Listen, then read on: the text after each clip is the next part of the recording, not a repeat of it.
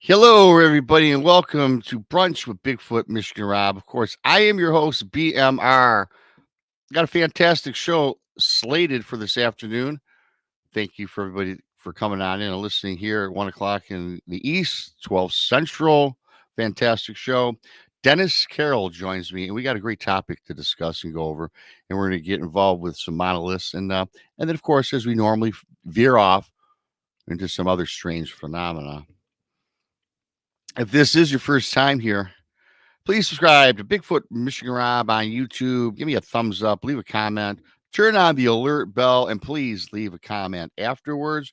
You can find us on iHeartRadio, podcasts on Spreaker, KPNL Radio. Thanks to lovely Ann Celine out in Texas for that. If you like our content and want to help support the channel, the Super Chat is open. The Super Chat's a great way to help support what we do around here. Thanks in advance for that. Also, something new, become a BMR pirate. Arr. That's right. You can join today if you like to be a pirate. You get a picture of me with a bandana. That's right. That's what I got going on. Thanks to the 60 or so of you that have already become members. I do appreciate that. You can find us on Facebook, Twitter, Instagram, wherever social media is found. Go to our YouTube pages to find out our scheduled events that we have going on. And speaking of scheduled events that we have going on, of course, we've been promoting this for a while now, which I'm pretty excited about. It's getting a lot of momentum. It's getting close to June already. Believe it or not, spring is almost here. We're talking about the summertime.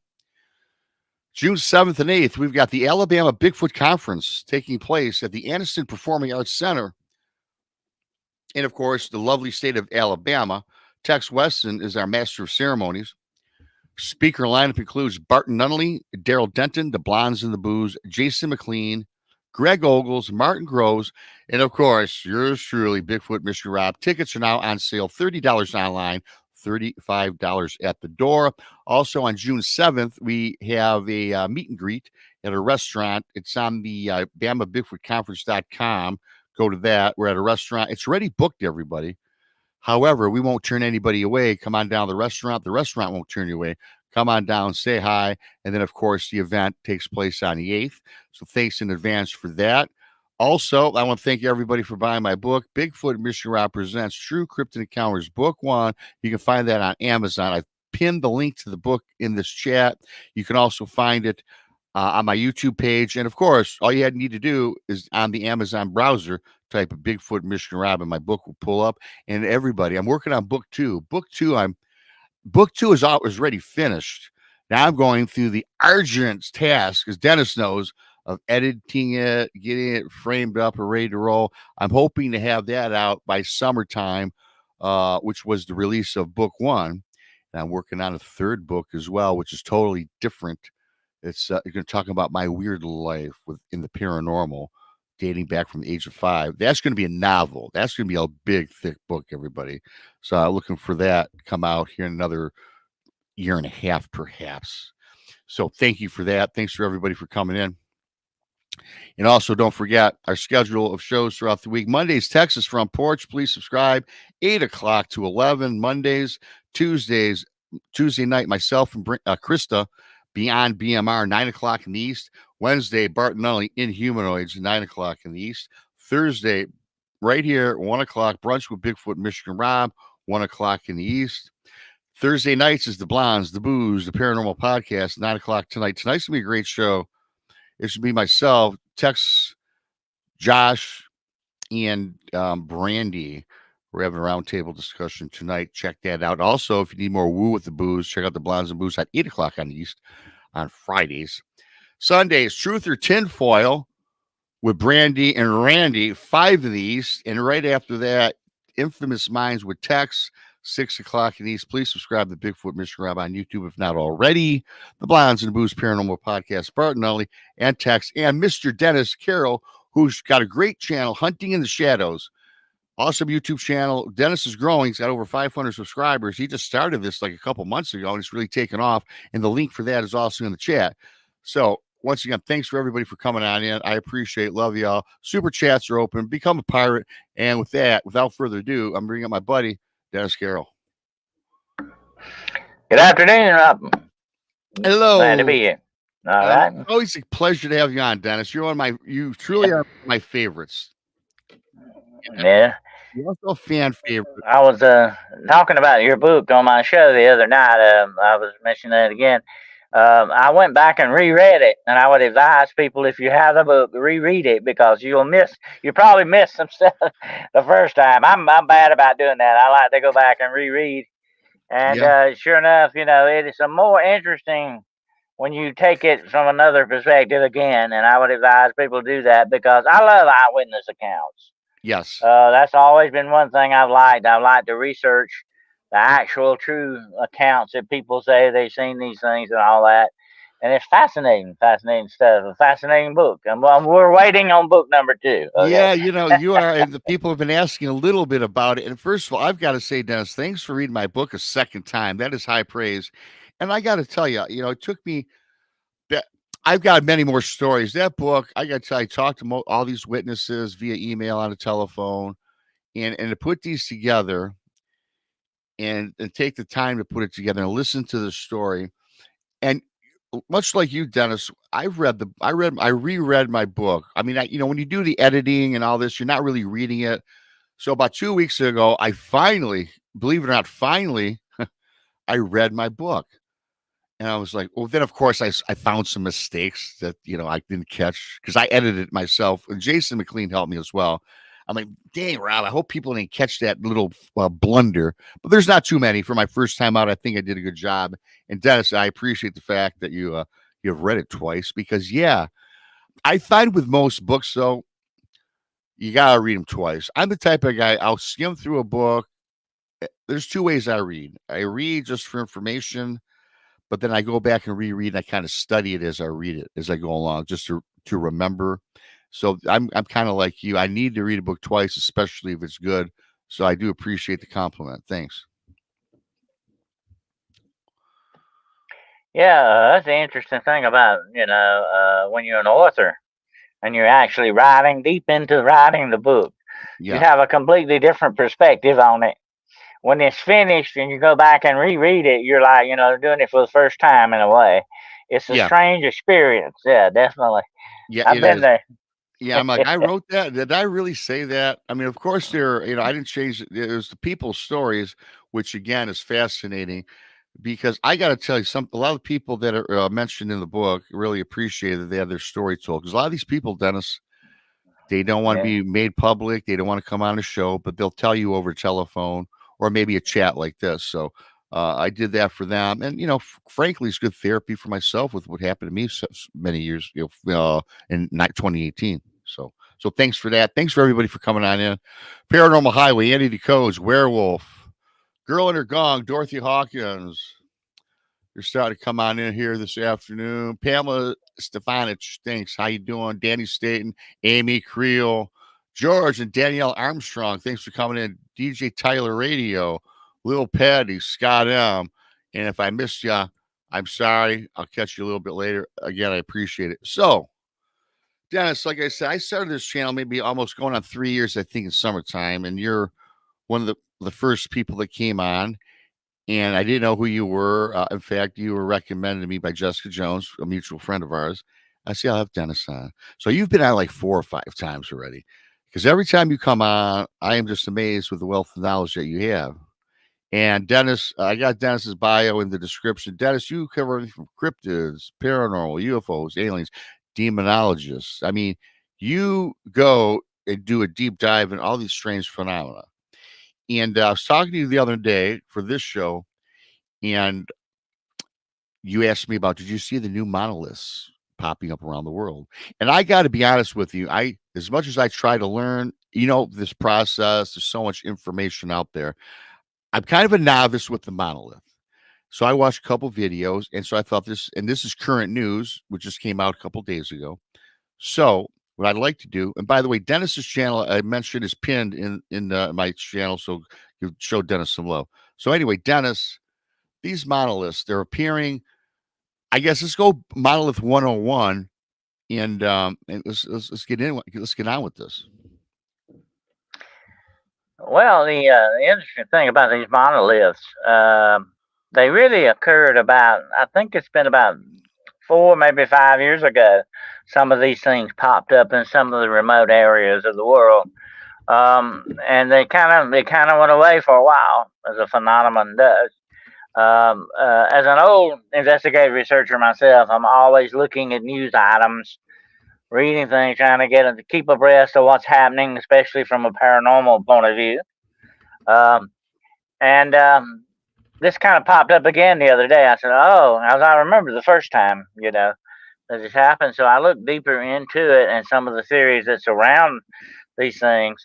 Nobody really knows, especially where these things come from. I think I sent you a picture showing 2 park rangers, one standing on the shoulders of the other up against this thing. That's how tall these things are. They're like 8 and 9, 10 feet tall. They're made out of metal. They are probably, I'm going to say, around 8 to 10 feet tall, and probably in width, they're about like maybe a foot in width. And in deepness, the width is probably about maybe 4 to 5 feet width wise. Okay, I'm just kind of describing if nobody's ever seen one, what I'm talking about. And it looks very much, here's the weird thing, Rob. It looks very much like the monolith in that movie. What was the name of that movie? I can't think of it now. It's where the apes come. It's a Space Odyssey 2001, Okay. something Space Odyssey. You remember that movie from many years ago? I do. There's remember actually the a movie, yeah. scene. There's actually a scene that goes back to the beginning of mankind, supposedly, and you see these apes coming up to a monolith. It looks just like one of these things. That's another weird thing about it. I call it the Holly weird connection. The okay? Holly weird, yes. A lot of this stuff keeps happening like that. It's very strange. But anyway, nobody really knows where these things come from, who put them there, or why they're there. And there's a lot of speculation. That's what we're going to talk about today on some of this, amongst other things. But definitely weird. This is really high strangeness here. What are these there for? And why have they been put there? And who did this? Why would you go way out in the middle of nowhere where nobody hardly ever goes and put one of these things there? That's a very interesting question. And the interesting thing is, how do they put them there? How do they get there? Are they built? Do they come from outer space? Are they portaled in from another dimension? I mean, like the picture of the monolith you showed me, which I saw, it's on the Fox News broadcast. I was looking at that. I mean, for that monolith just to appear out of nowhere, supposedly, something like that, if you're an engineer, an architect, and a builder, that's going to take some time to build, correct? And a lot of these things are right in the middle of the desert, too, a lot of them. Well, here's the interesting thing, Rob. There's not been any paranormal investigators have really looked into this. There's been no actual. I don't even think scientific criteria of any kind put on these. I would love to go with an EMF meter and see what I picked up, or a compass, or whatever. But the last one that was in this article on Fox, and it's still up, I think. If people want to go look at it, it's on the Fox News side. Uh, that this guy's actually hiking out in the middle of nowhere, and here it is. And he said, "I've come through here before, and it wasn't there the last time I was here. Where did it come from?" And he looks around. Here's the interesting thing: he looks around the base of it, and if you were to put something up as heavy as this, you've got to cement it in the ground. Yeah. Okay, because it's going to fall over or something. He said the land around it was not disturbed. It's just like somebody that stuck it in the ground and left. I mean, that is weird. Yeah, and the most recent one I looked up, and I think Scott had mentioned in chat, and you and I talked a little bit about it. This latest one just appeared in Wales, correct? Yeah, I think that was the most recent one. But they have been found in different areas of the world. I think there's been one found in New Mexico. The list is in that article of just the ones found. Now, these are not the ones I'm talking about from like 5 years ago. These are the ones that have just been found sort of recently, within like a year or two or something. I think New Mexico is one place they were found. I think, if I'm not mistaken, one was found in North Carolina or something. They're all in different parts of the world, not just on one continent, but in different areas. I think one was found in New Zealand. I mean, way out. So, why? What is the purpose of them? That's what a lot of speculation goes on. And there are some very interesting theories, Rob, out there about it. And of course, one of them, of course, is UFO related thing. You know, did aliens land and put this here for some kind of a purpose? Is it some kind of a communication device? Is it a monitor of some sort? Is it monitoring the atmosphere, the environment, or whatever the situation is? Is it monitoring our activity? I've been in the UFOs for many, many years, and there's an interesting aspect of UFOs that really, I don't know if anybody's ever actually written a book on it, but it needs to be written on what I call the probes, UFO probes. They're not the flying saucer. They're not the craft things. They're small. Usually, I saw one my own self. I saw one of these. Okay. And it is a very otherworldly looking thing. But these probes have been seen in a lot of areas. Sometimes, if they're very high up, they will look either white or red. Most of the time, they have a red color light to them. They say that these are some type of alien probes that are probing us and watching us. Are these things connected to these monoliths? That's another question, you got to wonder what's going on with that. I do wonder, and you bring up the alien topic in association with monoliths, and several months ago, Dennis, it might have been even a year ago, and maybe you can correct me, because again, I haven't really investigated a lot of the monoliths or read up much on it, but wasn't there a monolith? I don't know if it was New Mexico or Mexico. It might not even been the United States, where this monolith appeared, and there was ancient writing on the monolith, which kind of forecasted the future. Do you recall that story? Yeah, I think I remember that. Yeah. Mm-hmm. And that brings up another interesting point. Where these things are found, are there underground bases supposedly nearby these places? That's another, like in New Mexico, the very famous Dulce in New Mexico, and places like that. You got to wonder if that's another connection, with this thing. It's just a big mystery. I love a good mystery, definitely, and this is a really whopper of a mystery. And it may be here's the thing about it. If humans have done this, if this is a human why are they doing it? What's the big deal on that? And here's another interesting thing, and this is just sort of a thing on a side note. Okay, there are marks found all over the world in cities to this day, and I can show you illustration. Might have to do a show on that sometime. These strange marks are found all over the cities of the world, everywhere, and nobody knows what they are. They're not Mason marks. or something like that. These are something completely different, and nobody knows what these are. And my point is, why is nobody investigating this? Why is nobody checking this out? With everybody involved with UFOs, ufology, cryptids, the paranormal, missing lands, missing continents, that would be right on my list, don't you think, Dennis? Because again, from what I understand, these things they just appear, and it would take several months, a year perhaps, to build some of these structures. Or, and you mentioned that earlier. That's a lot of engineering, and you made a point. Maybe they came up from an underground base. They've been sitting there, being made in the earth, the inner earth, or in an underground base, and perhaps they rose up from the ground, and that's how they appear so quickly. I mean, if we're talking about Yeah. humans. Well, that's another thing, Rob. People keep reporting, and I've read this many times, and this is another weird thing. Some more high strangeness for you.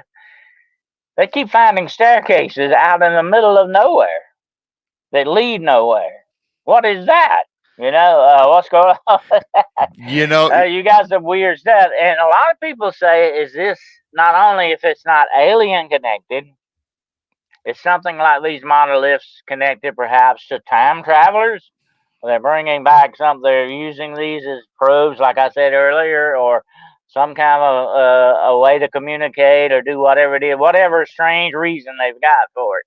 They say there may be a connection of time travel thing to it.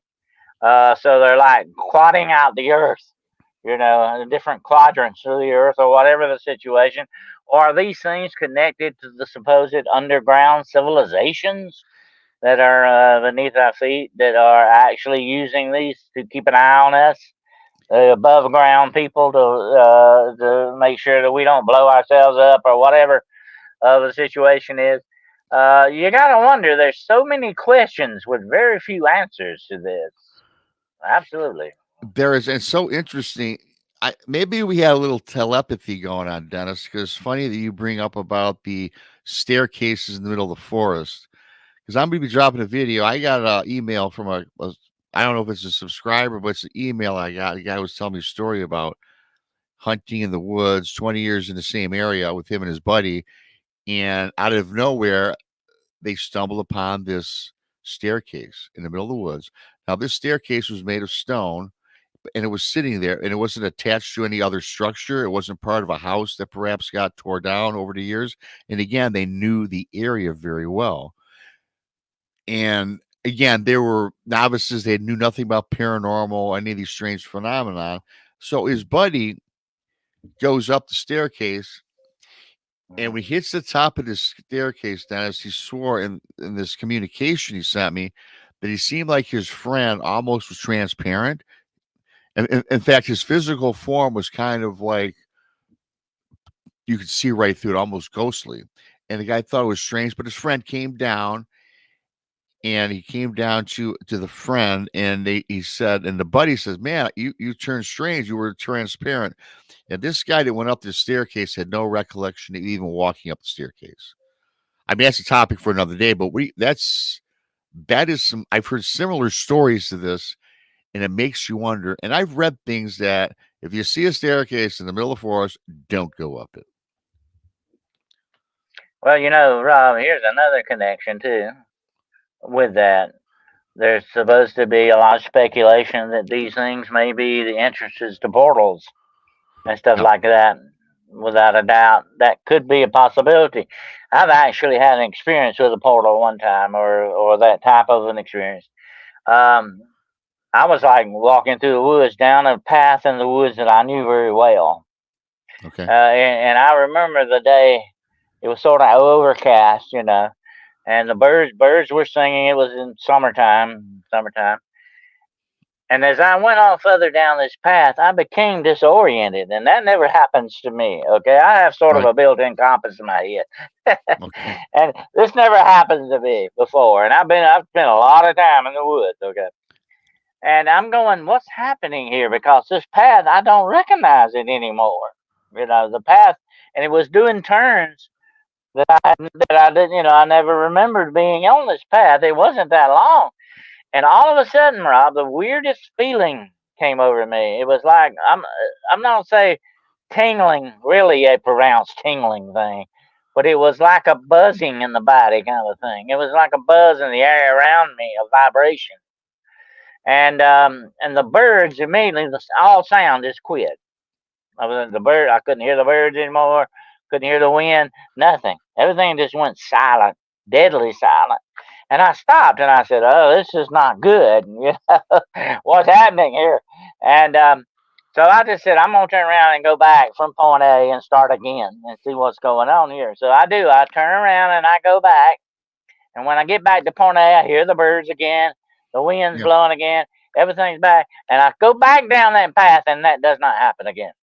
Oh I wow. get that back to where I'm supposed to go, and it didn't. And I have to. And I checked to make sure, and I can't really say for sure because I wasn't expecting this to happen. Okay, that's the way it goes with paranormal stuff. If you knew it were going to happen, you could really get a handle on it. But I checked, and I believe I lost 10 minutes somewhere in that thing. Okay, from where I started to that. But that is definitely very portal like stuff going on. And I have to wonder about that with these monoliths and the staircases and things like that. Are they there to monitor these portals? Are they there to Hmm. open these portals up? What's going on with that? You know, I believe there's a definite connection in with that. And whoever is doing this, whether they be human or otherwise, alien or whatever, what's the deal with it, you know? Right. Yeah. I was just going to ask you if it's alien. There's so many avenues. If it was alien, Dennis, it's like, yeah, why would it be here? I mean, you mentioned a lot of things about monitoring us and things of that nature, but can't. I always was a firm believer that aliens do monitor us from far away. In fact, one of my theories or one of my thought processes, we all see these orbs in the woods. And I was talking to a man that's big time into ufology, and he was telling me that his belief is a lot of these orbs, they're plasma sent down from a mothership, and they're here to investigate our land. And which I kind of combine into that a little bit. And with the monolith, why would they? It's just it is fascinating. I can't wrap my hand around why they're here. Why would an alien put it here? Why would a human being or engineers or the government put them there? That's a good question. Why are we so interesting to these things? Why are they watching us or even experimenting on us? You know, that's an interesting question. Why? Uh, I mean, to that's a me, an lot of alien. speculation hanging on that. A lot of speculation, but here's my thing though. If you subscribe to the theory that alien life is far superior to us, some people think that we've gotten some of our technology from aliens. Whether you buy that or not, I don't know. A lot of people have discussed it and it makes some sense. But why would they need to monitor us when they are allegedly, right, a superior race? To me, there would be no need for these monoliths to monitor us. These spheres you hear about all the time. That's what I can't quite wrap my hands about. Because to me, if an alien wanted to grab our resources from another galaxy, I think they could do it with the snap of a finger. But then again, I'm no expert. I have no idea. I've never met an alien or spoken, with anybody outside of this realm. Hmm. Well, you know, I kind of subscribe to the way that John Keel looked at these things. The very famous John Keel.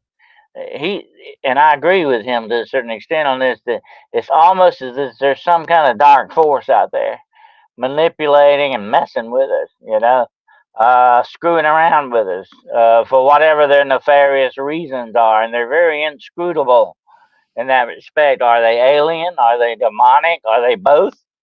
And I kind of subscribe to that theory that both of those have a definite connection with each other in things like this.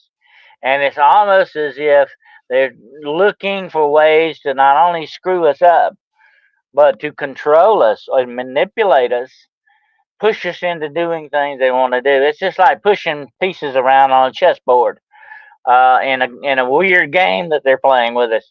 And I have had that happen to me in my own life. I talk about that in my book, The Road Unseen, what happened to me when I had my UFO experience. Weird things that began to happen, government cars buzzing my house. I still have helicopters every once in a while fly over. Weird stuff that goes on just because you saw something, okay, and try to report it.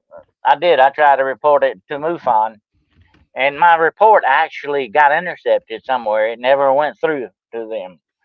But somebody found it because I had all this weird Men in Black stuff going on, all the weird stuff, and you gotta wonder what kind of a game are they playing here? You know, what are their true intentions?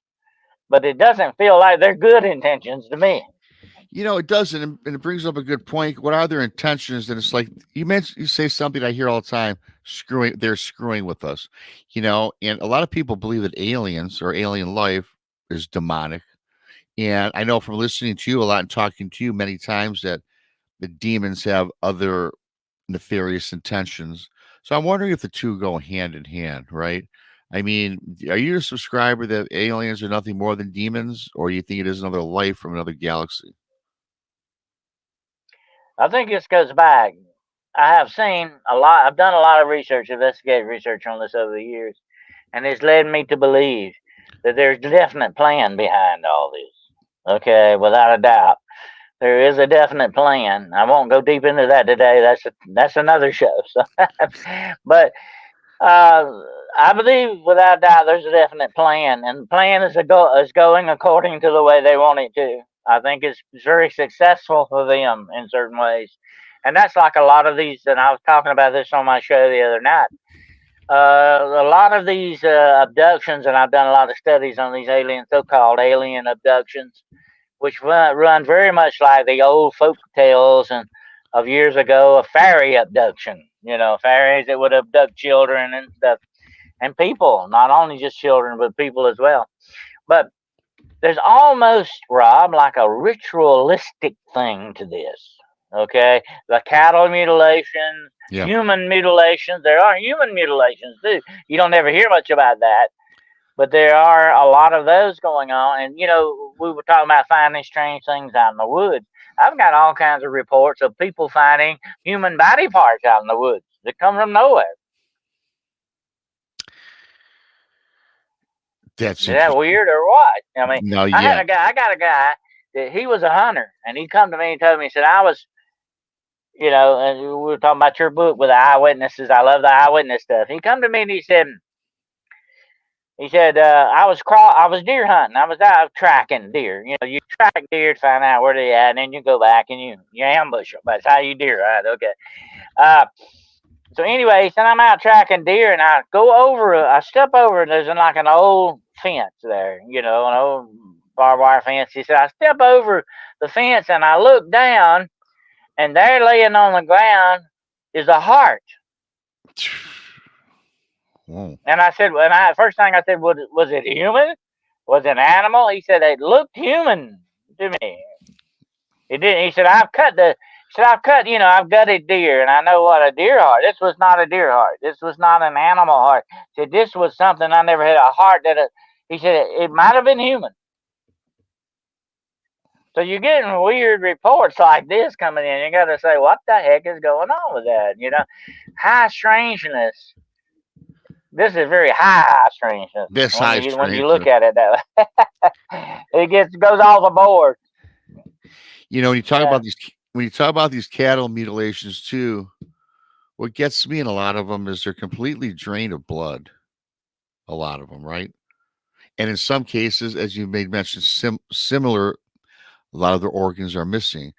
And it's like, I don't think it's something we would do and blame it on something else, because in fact, our scientific world, they'll take a cow at any time and dissect it and experiment. We've got cloning, using pig organs to clone human beings, for gosh sakes.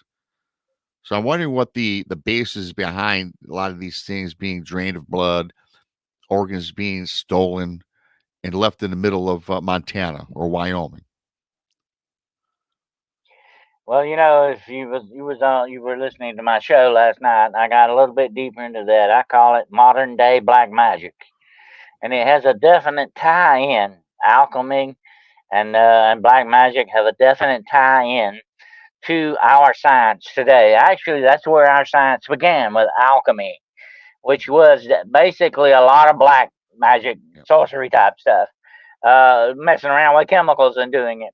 If you look at science that way, Rob, it's almost very ritualistic in the way they do things. Because I have been taught how to investigate with using scientific principles. Okay, and it is a ritual. I can say that because I've studied the occult many, many years. I know what kind of all about these black magic rituals and all this stuff, and it has a very uncanny similarity to it. Okay, it's very weird, very strange in that respect. But you got to wonder: is this they're performing like some kind of new black magic kind of a thing going on?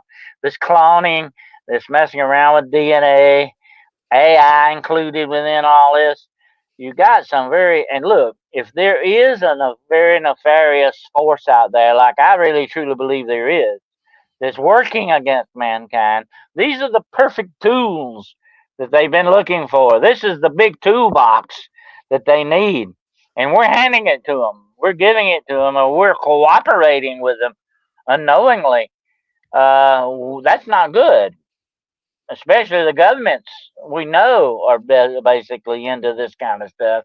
And I can tell you that without a fact. I have been contacted by the government. Other demonologists have been contacted by the government about demonology. Why? Because they know this stuff is real. And they're dealing with something outside their understanding. The same thing goes with the UFO community. They are dealing with things that don't make sense, even if you look at it from an alien point of view or an otherworldly point of view. There's smoke, definitely. There's smoke from this fire. That's interesting. So again, I believe our government is involved with everything. They have their hand in everything. I'm a believer that we're not going to get true disclosure on any of these subjects. But with our government, do you think there are operations, black ops, who work hand in hand with practitioners of black magic? Because it seems to me that the government, the world, is all they're interested is weaponizing everything. Mhm. And do you think a lot of these governmental officials are in cahoots and practice black magic for whatever their agenda is? Well, I don't believe, Rob. I'm just going to say it's my own personal opinion. Yes. We'll ever get true disclosure from the government. Right. That's just not the way they work. Okay, if you're waiting on that, then you got a long wait, my friend. Okay, Yeah. because I just don't think we're going to ever get that. Maybe I'm a pessimist about it, but I don't think we. I believe if we ever get true disclosure, it will come from other areas other than the government. But we know our governments and the governments of the world are deep into weaponization of anything. That's what I've said before. I've done shows about cryptids. It would not surprise me one bit. The government knows that these cryptids exist, like Dogman, like Bigfoot, and so on. They will weaponize them. They will use them for their own benefits. That's just the way they operate. And you and I both know that the super soldier program's been going on since World War II. Okay, there you go. Without a doubt, they've got their hands in every cookie jar that is connected to this. And the super soldier program first started out, if I recall, Dennis, nothing more than they mixed amphetamines, right? Which today we'd call meth. And then they advanced into what was the Dr. Mengele experimenting with humans, trying to create the perfect monster or super soldier, not the blue-eyed, blonde-haired ultimate German, but the ultimate monster fighting machine. I think there was two differences in that with what they had on their plate during the war and moving forward with the ultimate plan of, well, the Nazis was, correct? Well, you see, that's what really screwed Hitler up as a student of history. Looking on that, and I've studied this guy intensely. He is a very strange dude, okay? Not just evil, but strange in the way he did things. What he really screwed himself up on is he got stuck on the racial thing, okay? Yes. If the Nazis had not done that, they would have really been a true force to reckon with, okay? Because they had brilliant scientists. We stole all their scientists, by the way.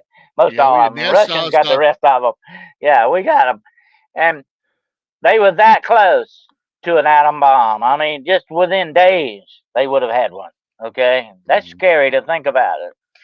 That's what kind of thing, and yet every bit of this, Rob, if you go back and look through history, is connected to occult sources. That's the weird thing about it. Okay, so that's what I've said before. If the government is involved with demons or demonology or whatever they're doing, we are in bad trouble because these forces have only one objective in mind, and that is the absolute complete destruction of mankind. And well, good old Adolf, he was immensely involved with the occult, the practice of occult. Mm-hmm. Yep. You know, Absolutely. so when you thought you said something earlier too about the super soldiers and these underground bases that we know exist. And again, this is a fascinating topic, and I know you are well informed in this area. These super soldiers, I believe that our governments are creating super soldiers. You know, you hear about Dogman as an example. Now you hear about the Dogman, which has the hawk legs. It looks like an oversized German Shepherd's head. It looks like a dog. It's more of a flesh and blood type creature. There's a lot of sightings of that. And then you've got the ones that actually have the legs of a man. They've got the chest, the torso of a man. They got a head of an oversized wolf. Some of them are deformed looking. I mean, there's so many different variants that I've heard throughout the years. And I think that do you think that's a lab experiment gone wrong? And do you think a lot of these have been released in our national forests, which could even be part of our missing 411? I think there are certain auspices in the governments of the world. I'm not just saying ours alone. I think all of them. I'd say the big world. Governments. I think all the big governments are involved in this. They are, I think, running concurrently with that plan I talked about earlier, that nefarious plan that's been put in place. And it is really the usurpation, the destruction of creation our Creator has made for us. Okay, they're subverting it, they're changing it, they're messing around with it. It's the Frankenstein story all over again. Okay, and you remember the moral of that: man should never play God. And I'm actually writing a book about that right now called The God Game, the most dangerous game of all. And that's what they're playing with this. The governments of the world, the media being used for this, all the media, religion, education is their tools in this stuff, okay? This God game they're playing, I think, began with a very demonic plan for mankind. And it's being played out and will be in our future, definitely. Not only right now, but the future is here now. Okay, I put it that way. It's not down the line 20 years from now. It is really here right now, sitting on our doorstep. Okay, waiting for us to open the door, and there it is.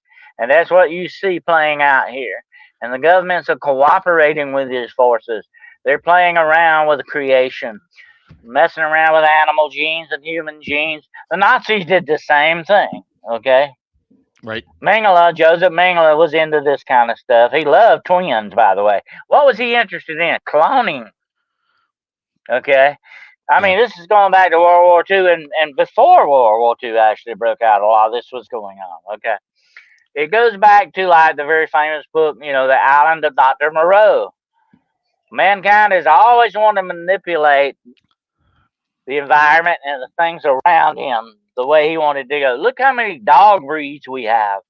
Look how many types of cattle and chickens we have. Yeah. These did not actually grow that way. Man manipulated them. Yes. Okay? That's very simple.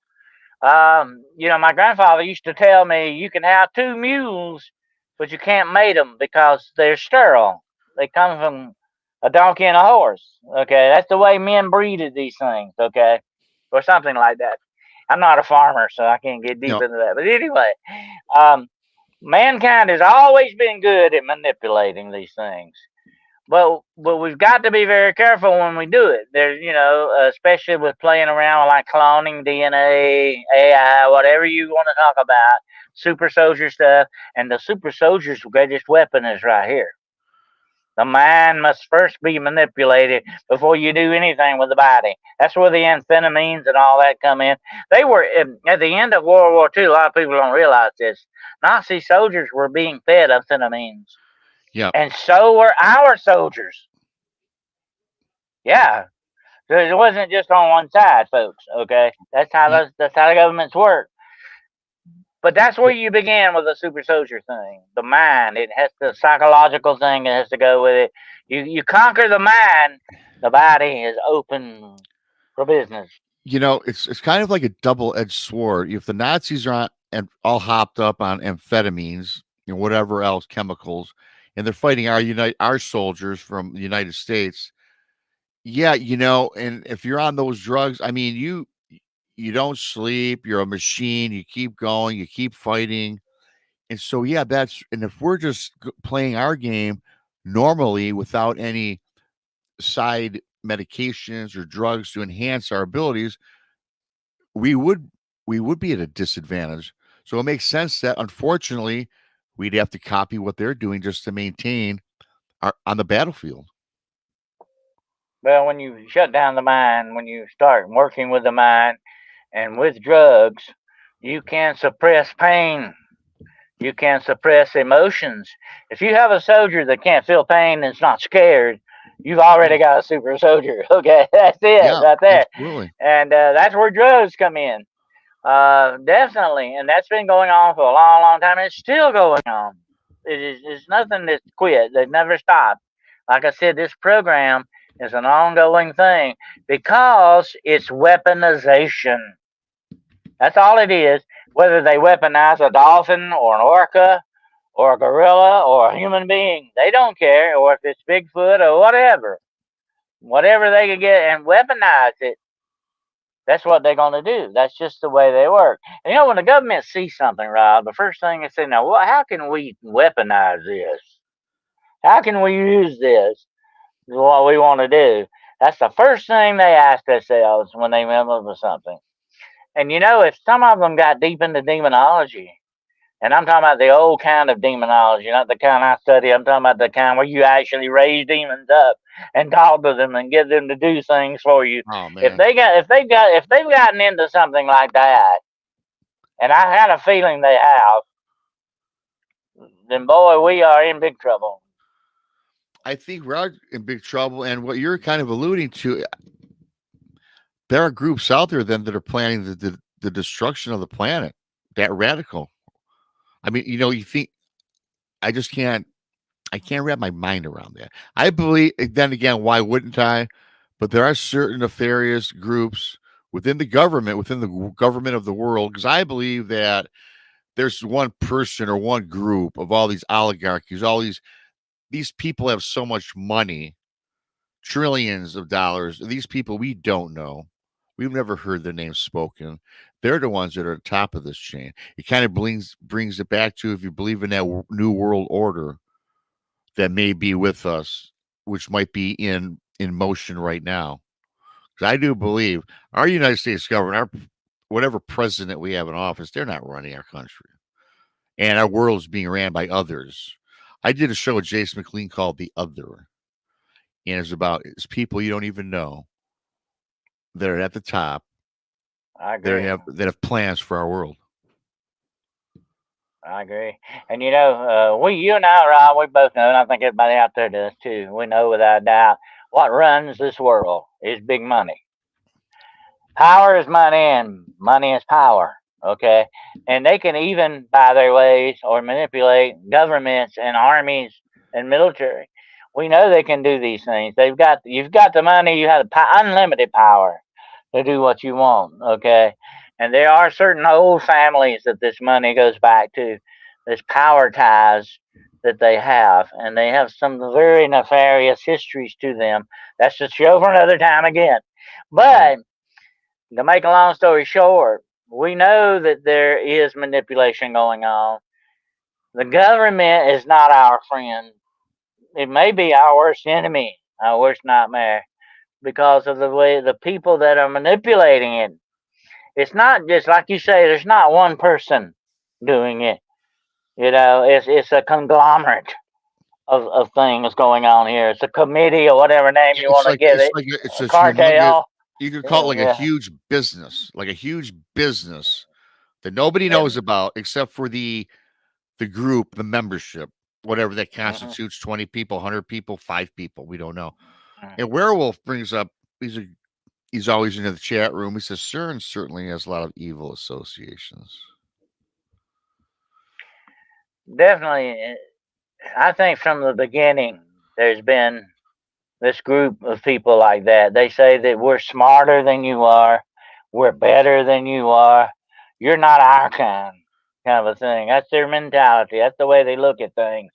That's not good, but that's the way they do. That's the way they think. And they say we're much better and smarter than you. We need to run everything. We need to do everything that we need to do. We've got all the money. We've got the power. And this goes back, I think, centuries. Okay, not just recent times.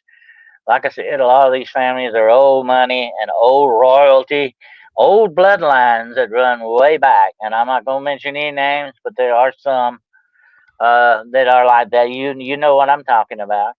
And anybody that's ever studied these things knows that that's what's probably going on. And yeah, they tell presidents and popes what to do. Yep. They tell prime ministers what to do.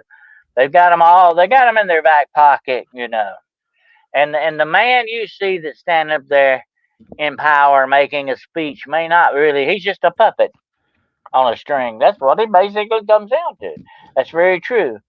Uh, he's being manipulated. I think they wear earpieces and they're being fed. I do without doubt.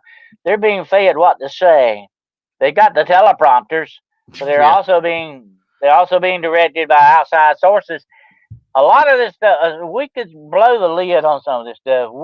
Yeah. We would blow our minds by what we found out. It Definitely. would it would blow our minds, and certainly and I'm not getting political, but I know our current incumbent can't even well, let's just leave it at that. He gets fed stuff that he don't even know what he's getting fed, right? But with that being said, I got to take a quick 10-second pause for the podcast side. So with that, I don't take a break or nothing. I'll give out a couple quick announcements. Everybody, please subscribe to Hunting the Shadows podcast on YouTube with Dennis Carroll. That link is pinned in this live show video. If you're new here, please subscribe to Bigfoot Mr. Rob YouTube. Texas Front Porch, YouTube, the Blondes and the Booze, Paranormal Podcast on YouTube as well. Thank you for that. Don't forget the Super Chat's open. My book on Amazon, Bigfoot Michigan Rob. Type in an Amazon link. You can find that. The link is here. And don't forget the Big Alabama Bigfoot Conference. That's again pinned everywhere. June 7th and 8th in Alabama.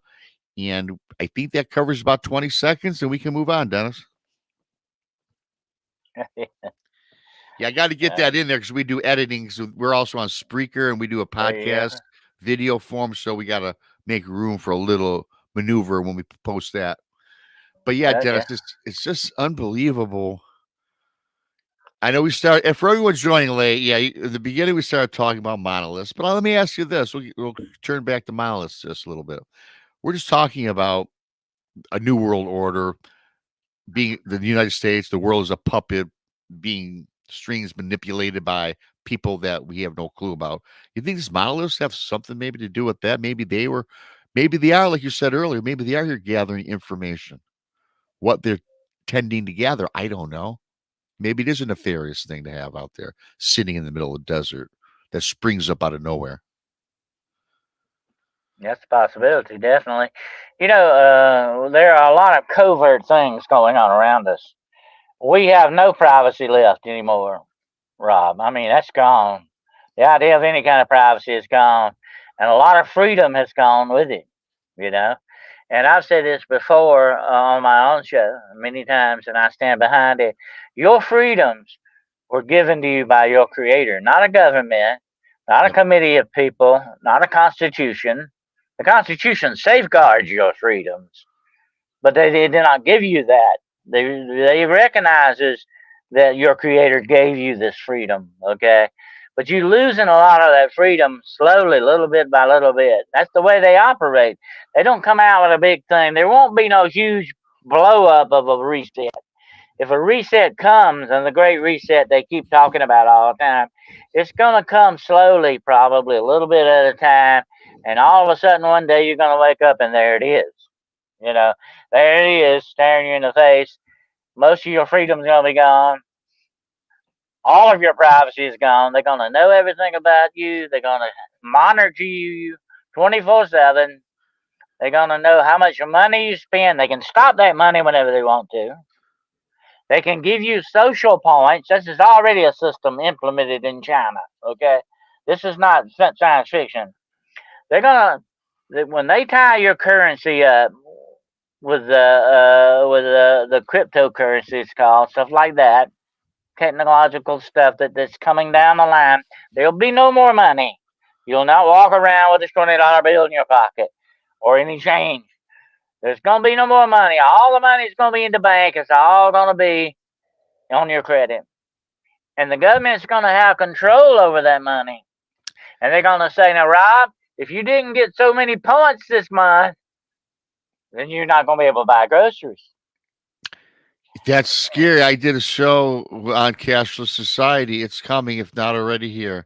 And I just got a brand new Michigan driver's license because they redid the Michigan driver's license, and it's totally different than the one we've had for the last decade.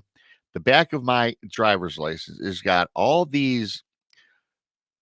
The credit card swiper is not there, but there is another stamped on emblem, which I do not know what is used for just yet because it's got to be some sort of device, whether it's going to be in the future where all your money will be on your driver's license. You're not going to have access to cash. And I do like paying cash with things. We all have our debit cards and we use them. But you know what? Your government, like you said, they can push that button and they can freeze your entire assets just like that. That's a scary thought. There are cell phones right now, Rob, that are being developed that you'll no longer carry a cell phone. It will be implanted in your arm. Right here on your wrist, you'll have a screen on it. You can do everything you want, and it can also project a hologram into your hand. Okay, now, I'm not making this up. This is real stuff. No, I know. And they've even got one you can wear like a medallion around your neck, and it will also put a hologram in your hand. So you can just do all you want. You can talk to somebody. You can see them right there in the palm of your hand. Okay, this is what the forces, the nefarious forces, whatever name we want to give them, dark forces or whatever. This is what they're looking for.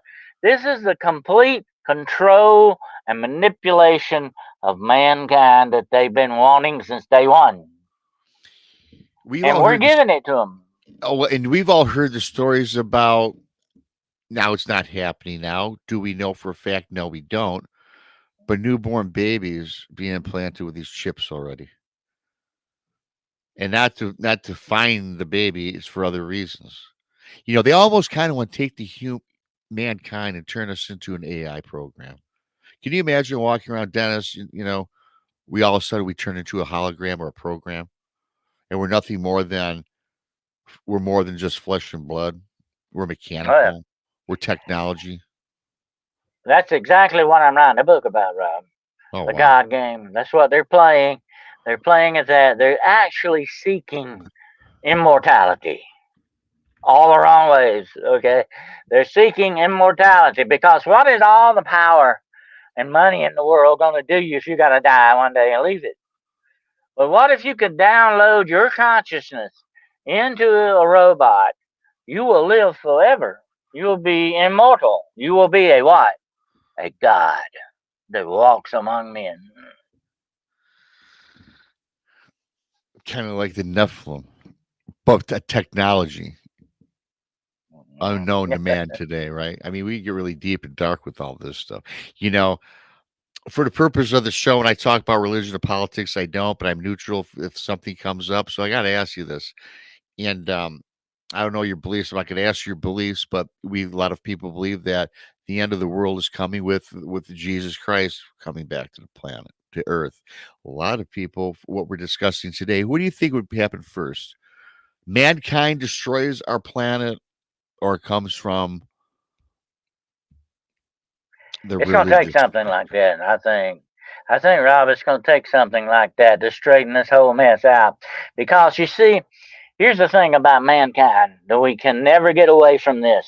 No matter how much AI we make, how many robotics we make, how much our science elevates us to godhood in that respect, we got to remember one thing. We can never be gods Right. because we are imperfect. Only God, the creator, whatever name you want to give him, whatever your religious outlook is, the creator is the only one that's perfect. That's what makes him a God. Okay?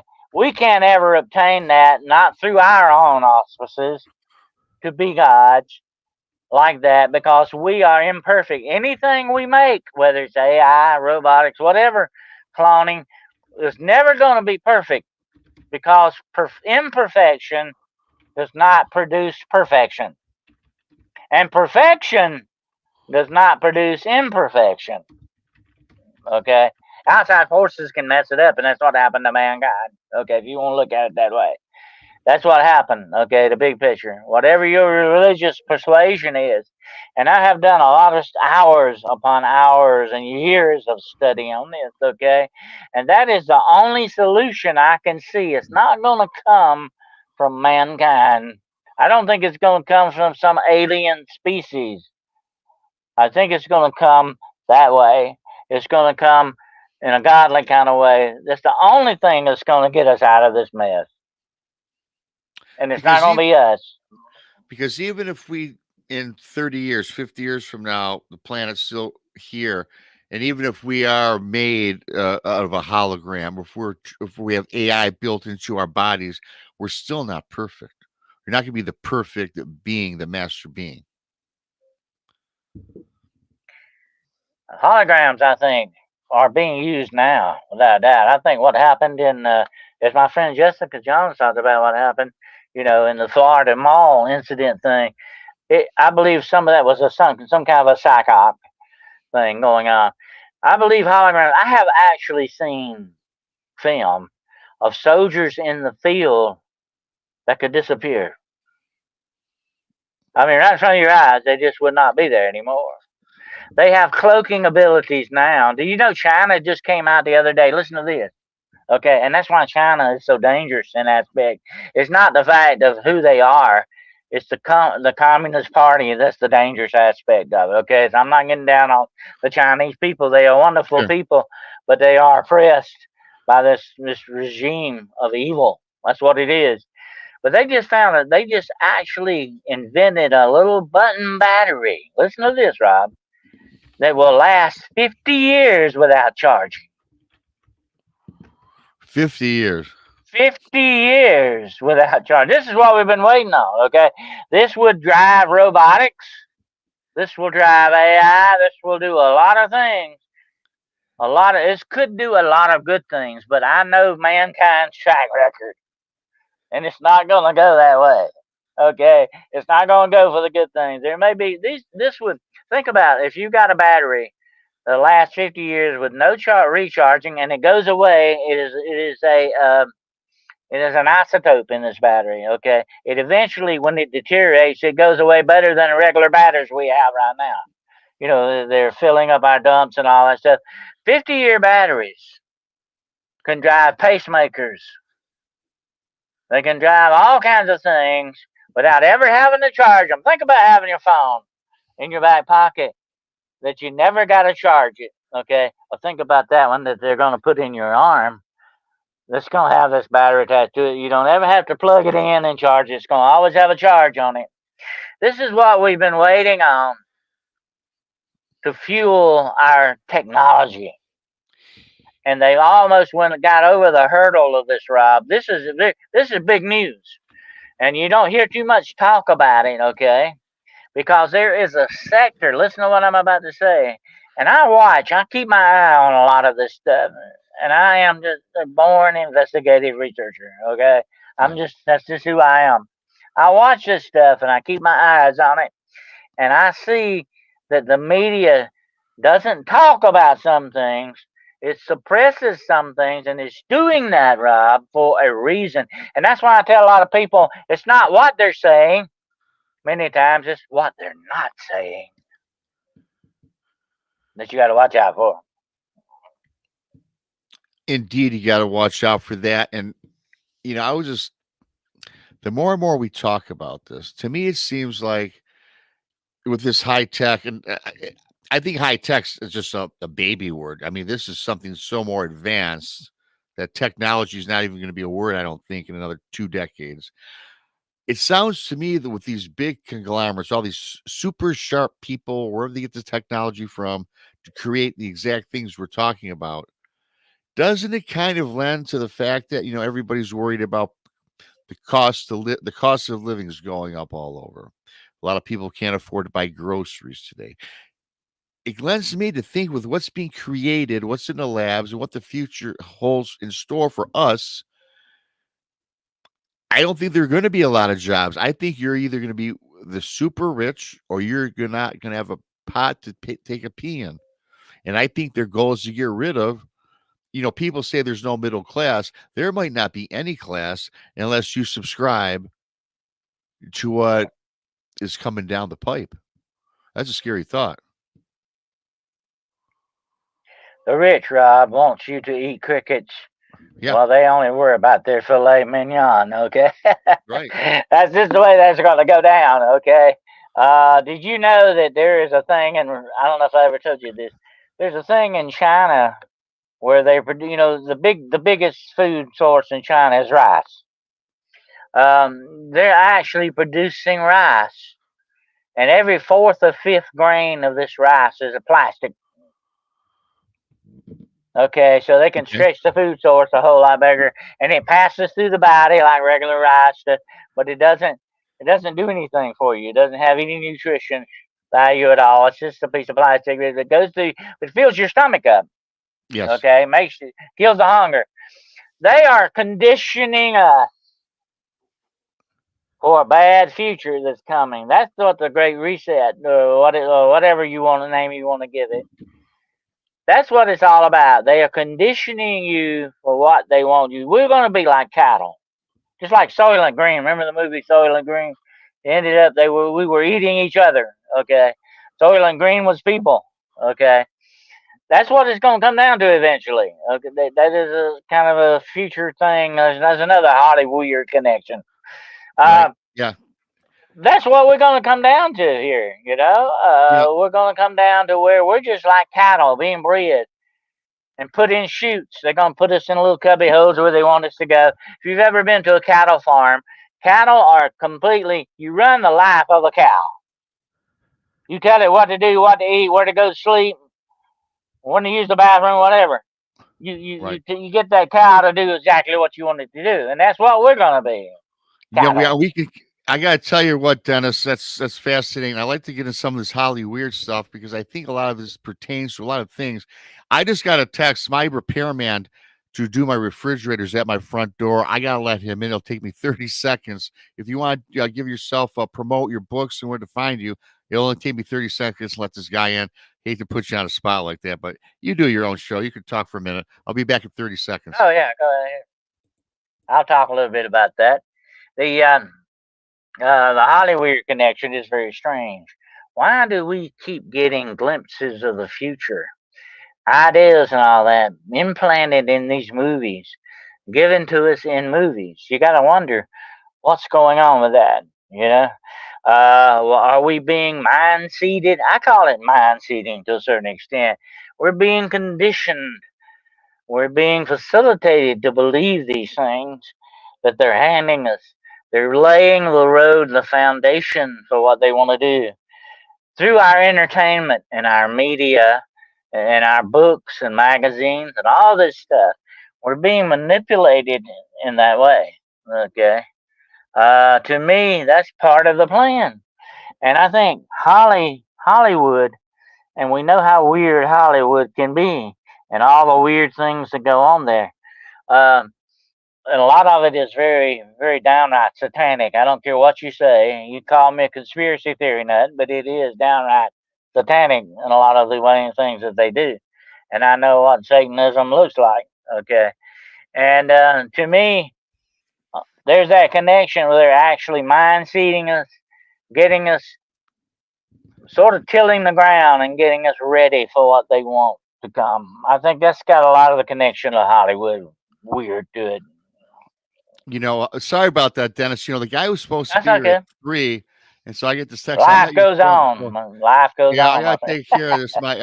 I got that cool plan with my company where I got this. I pay like $20 a month, so anything's done for free. And my something went out of my fridge, so I got the guy up there. So thanks, and thanks for that. Sorry, everybody. So we were talking. I missed about 40 seconds of what you're talking about. Do you think I gotta tell you what, everyone knows that Hollyweird is make believe for the most part.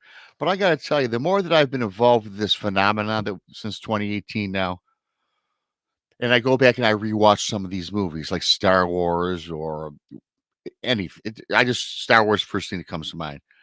Now that I watch these and what I know today, what I've learned today, a lot of these fantasy films from Hollyweird, they're not so much fantasy, are they? I think a lot of this they've gotten from somebody or from somewhere. And I think a lot of these depictions, aka Star Wars, happens to be true. Did you hear that supposedly George Lucas, a lot of the cryptid creatures or the aliens in Star Wars, a lot of them were depicted from actual alien life. Did you hear that George Lucas was tapped into this, spoke with other worlders? Do I Well, buy as that? I I don't said, know, but go ahead. as I said on my show last night, Okay. this is the new black magic, folks. This is the new sorcery. It's technology, and they're trying to sell it to us.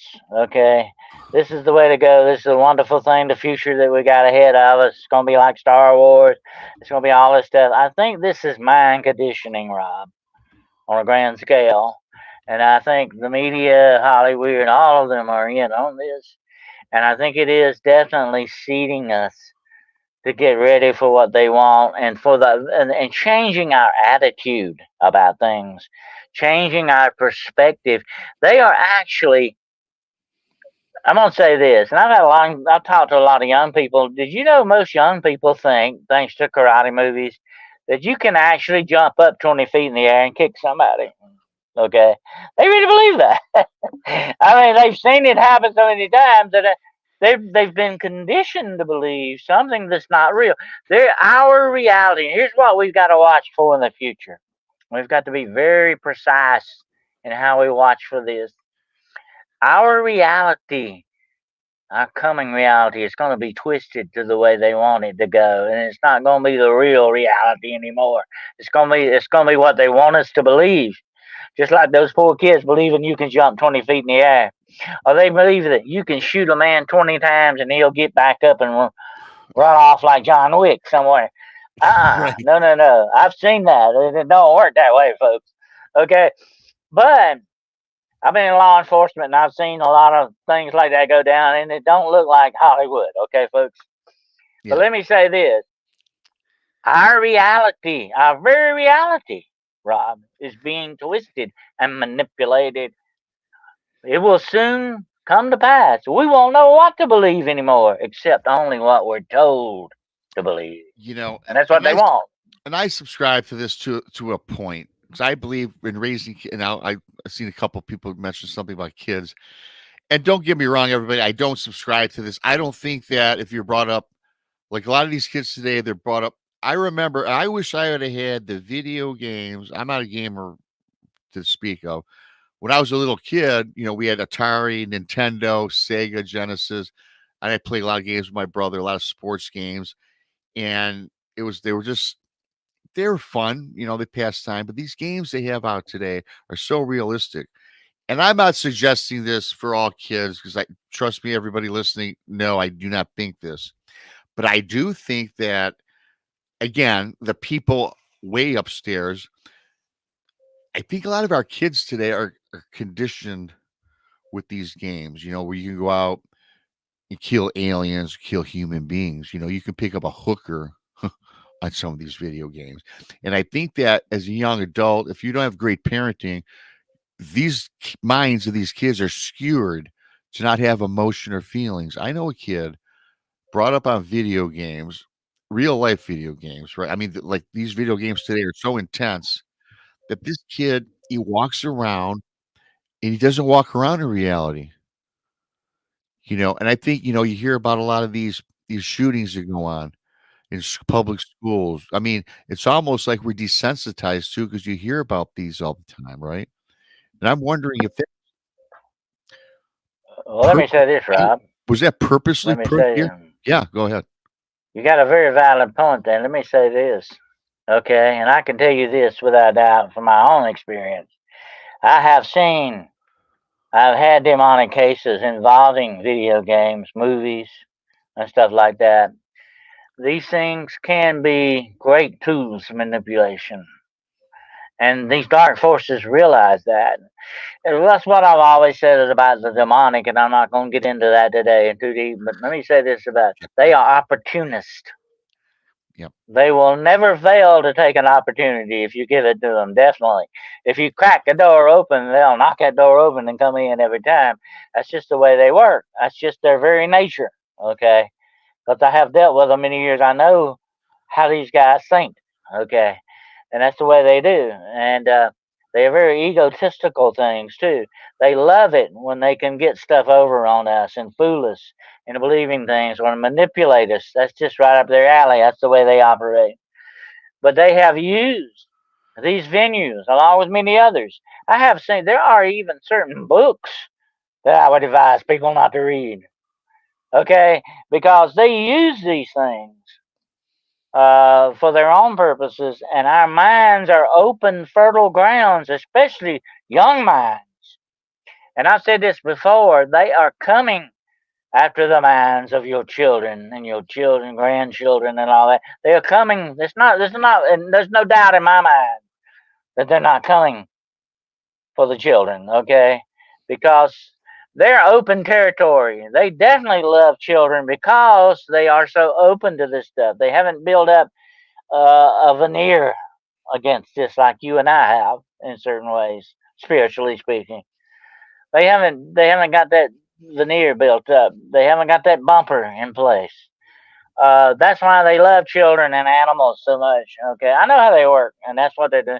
And this is definitely part of their plan, without doubt. Moon and New makes a great point. That is their only real weapon against us is deceit. Oh I think yeah. that's a great comment.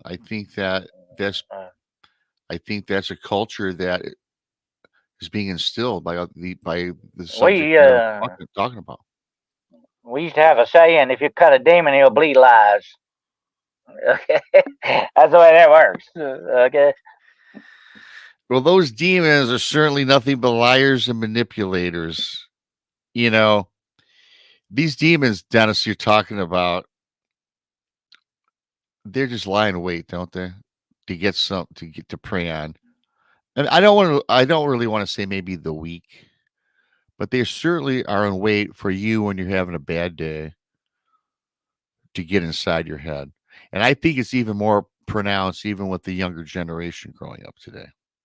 I mean, I could be wrong, but it's just my observations. Well, there's a brand of clothing out now. I'm not pushing it on it, but the name of it is "Demons Behind Me." That's the best place to keep them. Okay, you keep them behind me. That's why, it said in the Bible, "Satan, get thee behind me."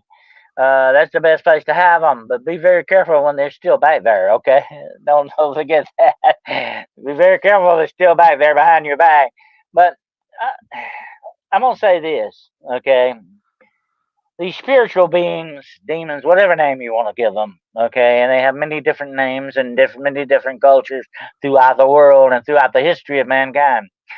They are dark spiritual beings that seek not only our destruction, but they are actually eat up with hatred for us. That's the way I can put it, okay? It's not just that they want to destroy, and that's the very nature of evil, my friend, is to be destructive. okay, into its own self and everything around it. It's like a bomb going off. Bomb doesn't care who it kills when it goes off.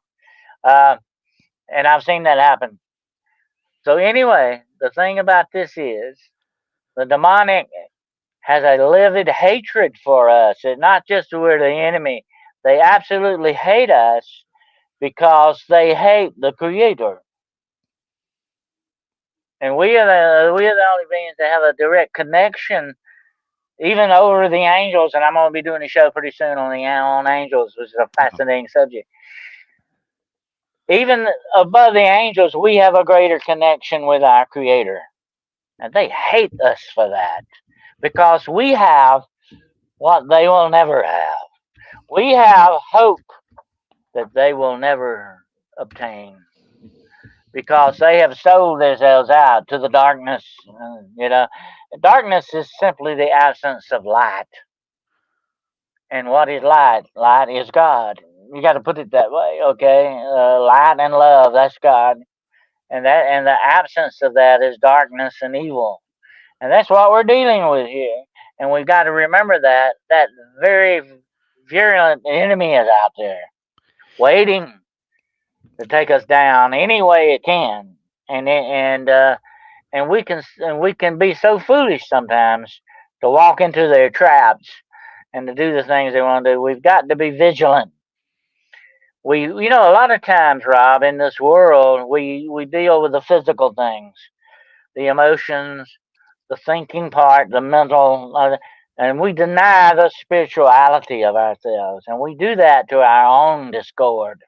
Okay, we need to get in touch with the spiritual aspects of this world as well, because that's a very vital, important part of us, no matter which way we look at it. You mentioned the word hope, and to me, these nefarious forces, demonic forces, whatever verbiage you want to use, the thing that keeps people going a lot of times, if they have a glimmer of hope, people will fight because they hope something positive is going to happen, right? And I think with the absence of hope in society is where these demonic forces claim victory if we lose hope. Yep, that is one of the worst things of all, the absence of hope. If you have no hope, what do you have left? You know, that's the way that goes. And these things have no hope because they have completely damned themselves eternally. They can't come back from where they've gone past the point of no return. And mankind has to be very careful and take a lesson from that. We don't want to get past that point of no return, okay? Because you can't come back from that. That's where you lose all hope of ever getting anything right again. We don't want to get to that point, but that's the way. That's the way the demonic or whatever name you want to call it. That's where they want to get us to that point. They want to get us past that point of no return, and we got to be careful not let them do it. It's a scary thought. A lot of people. There's a lot of We're doing this is a great show with Dennis Carroll. Please subscribe to Dennis's YouTube channel, Hunting the Shadows podcast on YouTube. Dennis, you're also an author of many books. I'm going to lead you. Send me the link. Where can people find your books as well, Dennis? 'Cause you got a lot of great books out there. Yes, sir. You can find my books on Amazon and Barnes and Noble. Just look up Dennis W. Carroll books, and you'll find that. And also, I have a website where you can check out the books and you can communicate with me if you need to. It's DennisWCarroll.com. I had to put the W in there because there's a very famous Dennis Carroll who's a soccer player, and I don't play ball. No, right. No. You don't want to get that confused. You've got any you got any Let me ask you this. I know you've been an investigator for many years, police officer. Everybody, Dennis dabbles in anything. When's the last? Are you still actively investigating anything? And if you are, you got anything current you'd like to share with us? We got about 7-8 minutes before we end the show. I don't. I'm kind of retired a lot out of the field because I'm doing a lot of writing now. But every once in a while, I get called back. As a matter of fact, I had a very bad demonic case a few weeks ago. Okay. People were actually being physically attacked by these things that I was called in on. I still do a few once in a while. Still like to get out in the woods every now and then. But I'm basically mostly retired out of the field, doing a lot of writing, doing the podcasts. I have two podcasts that I do: Hunting the Shadows and Paranormal Point of View. And I had you on Paranormal Point of View once Friday night. Yes, you I did. do book reviews, movie reviews, and all that connected with the paranormal. So that keeps me very busy. I try to regulate my time. Yeah, well, you're always busy because I know you got more than you're always busy with the podcast, the writing, and I know that if somebody calls you with a serious issue, I'm sure that you help walk them through that as well. Maybe not like you did in the past, since you're kind of semi-retired, I guess, when it comes to that. And so I know I certainly respect what you do in the field because every time you're on the show, I learn something new every day. We always talk about all these topics that I think need to be brought forward. And we started the show, everybody talking about monoliths. Go back, watch the replay. So, in summation of these monoliths, Dennis, you think it's a negative or positive force with these things popping up and closing? Tell them to call us if they find a monolith in their yard. Okay, we want to hear about it. You know, right? Yeah, absolutely. I want to thank everybody for coming in today. I got to take care. I got this guy by himself upstairs taking care of my refrigerator. I hope he's not walking around my house. I don't know, so I'm a little paranoid right now, but we just about get the full 90 minutes in. I want to thank Dennis Carroll for coming on in and everybody for coming on. If you're new here, please subscribe to Bigfoot Mr. Rob. Give a like on the way out, everybody. Leave a comment. Go check out Dennis's channel, Hunting the Shadows Podcast, YouTube, and he's got his other podcasts out there. And I'm sure that you can find the links. I got the link for Dennis in this description. Tonight, I'll be out with the Blondes and Booze, Josh Turner, Tex, and Brandy. I think we're just going to wing it tonight. I don't know if there's a subject or a guest, but that'll be a lot of fun. 9 o'clock tonight. And Dennis, thank you once again for coming on. It's always a pleasure. And I always Always a learn pleasure. something. I always learn something, and I know that our audience loves you. They're always a lot of great questions from the guests or our audience members. And I'm sure that a handful said they already subscribed to you. So hopefully you picked up a few more subscribers. Yeah, So I for appreciate it. yeah. So we'll Yeah. keep in touch, Dennis. I'm gonna send it away to the extra one. I gotta figure out what's going on upstairs. Dennis, I'll talk to you soon. I appreciate the time, brother. And until we meet again, you have a great rest of your week.